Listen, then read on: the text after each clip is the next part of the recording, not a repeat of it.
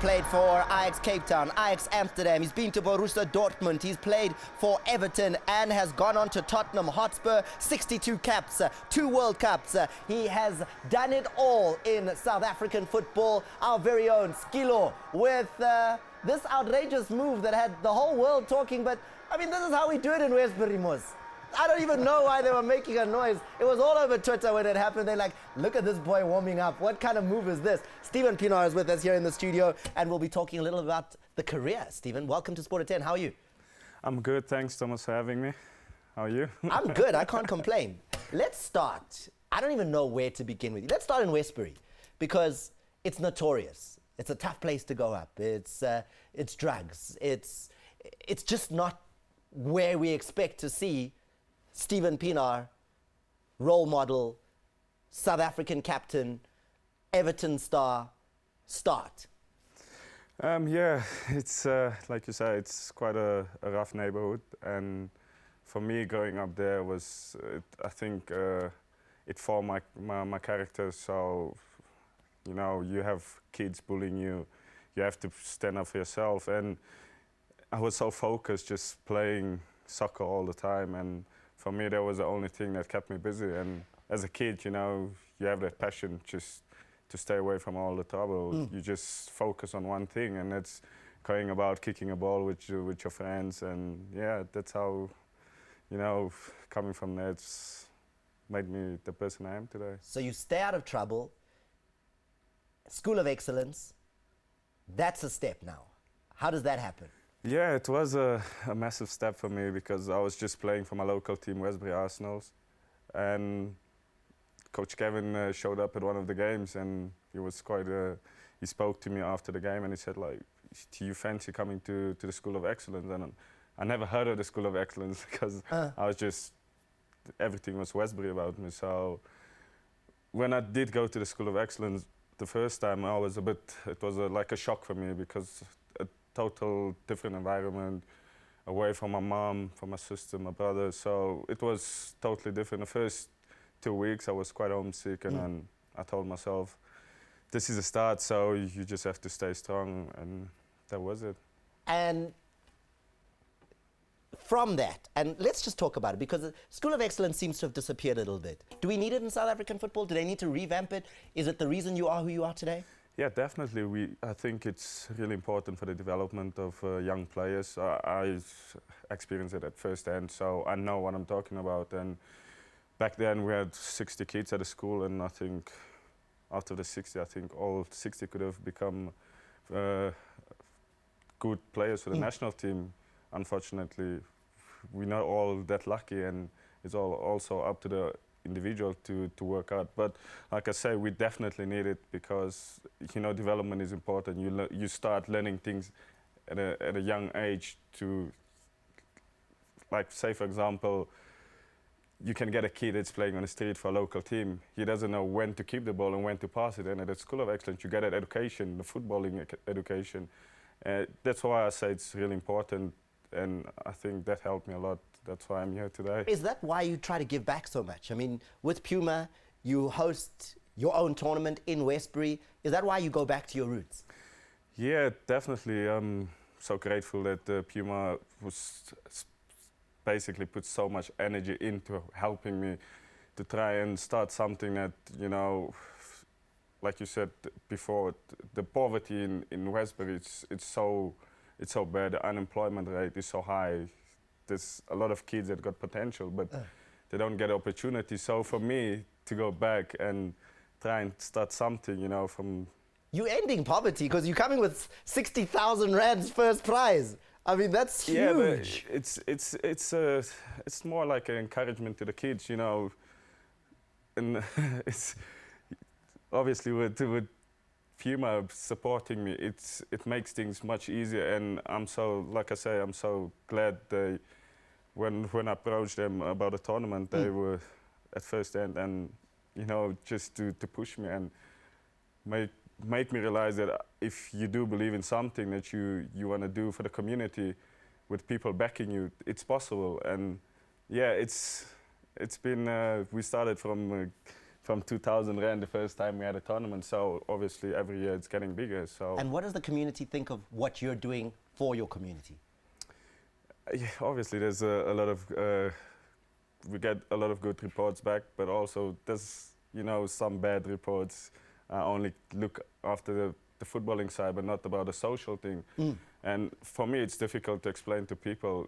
The tournament is basically getting the whole of Westbury together, where there's no fighting. You can go with your kids to go and watch a game with your grandfather, And it's safe. It's a social thing. For that 3 weeks in June, it's basically there's no violence going on in Westbury. Now I want to fast forward a little bit, because Ajax Cape Town, then you go and play with players like Zlatan Ibrahimovic at Ajax Amsterdam, you go to Borussia, and you get to the EPL. This is where everybody starts to say, right, Steven Pienaar is everything. 9 years at Everton. That's massive. I mean, with the 1 year at Tottenham as well. But that's a huge career in English Premier League. How do you survive that long there?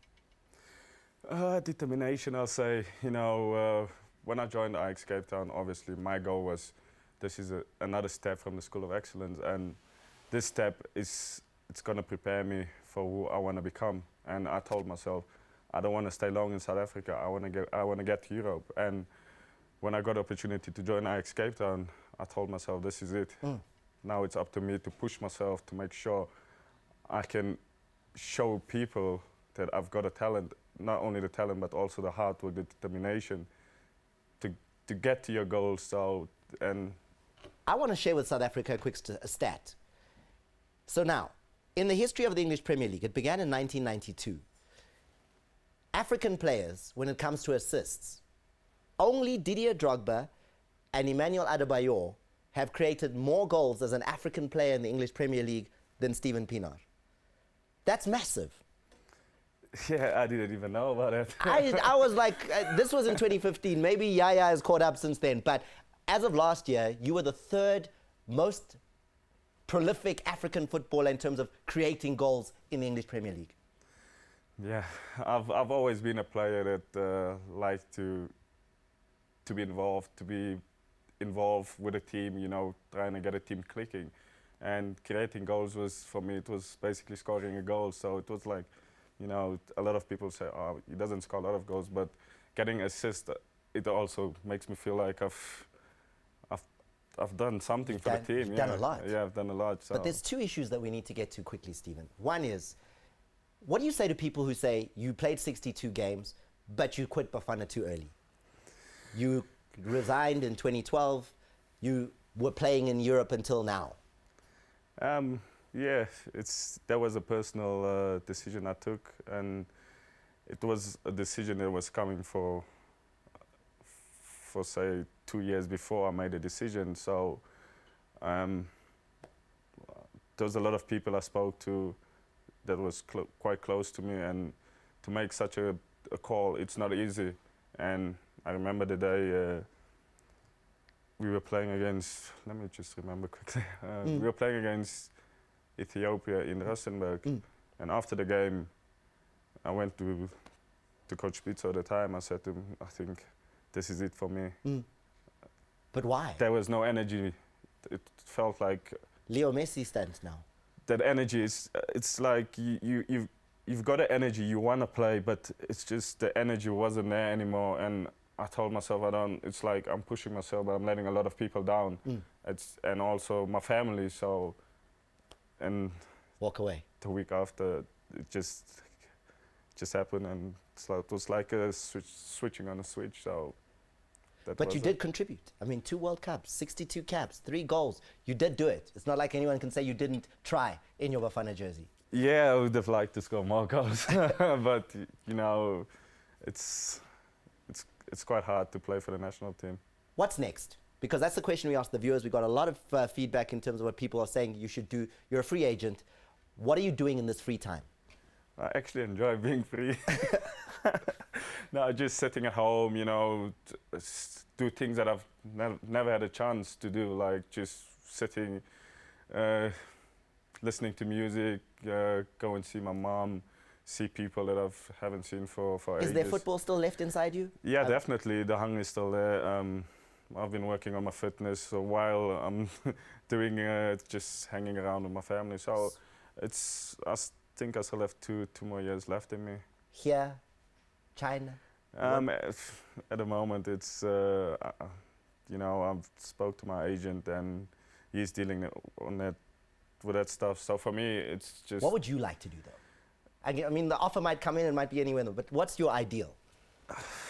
It's one of those decisions you have to make with your family as well, and also with my agent. So for me, at the moment, it's just I said to him, listen, you work on that stuff. For me, what I'm doing is just I want to be at home. Don't bother me with anything, and if you've got news for me, we'll sit down and we'll talk, and that's basically it for me. Well, there's news everywhere. I don't know how you're not hearing the news. Either way, Steven Pienaar, it's been awesome having you. Great son of South African football. Appreciate that you came on Sport at 10. I know you're a busy man and you had very little time with the family and you chose to be with us here. And I'm loving that watch. It's blinding me here. I'm sorry. No, just gooi like just gooi. Laat ons sien daar, my masakind. Laat ons sien daar. Yo, bling bling. Steven Pienaar, thank you very much. Thank you.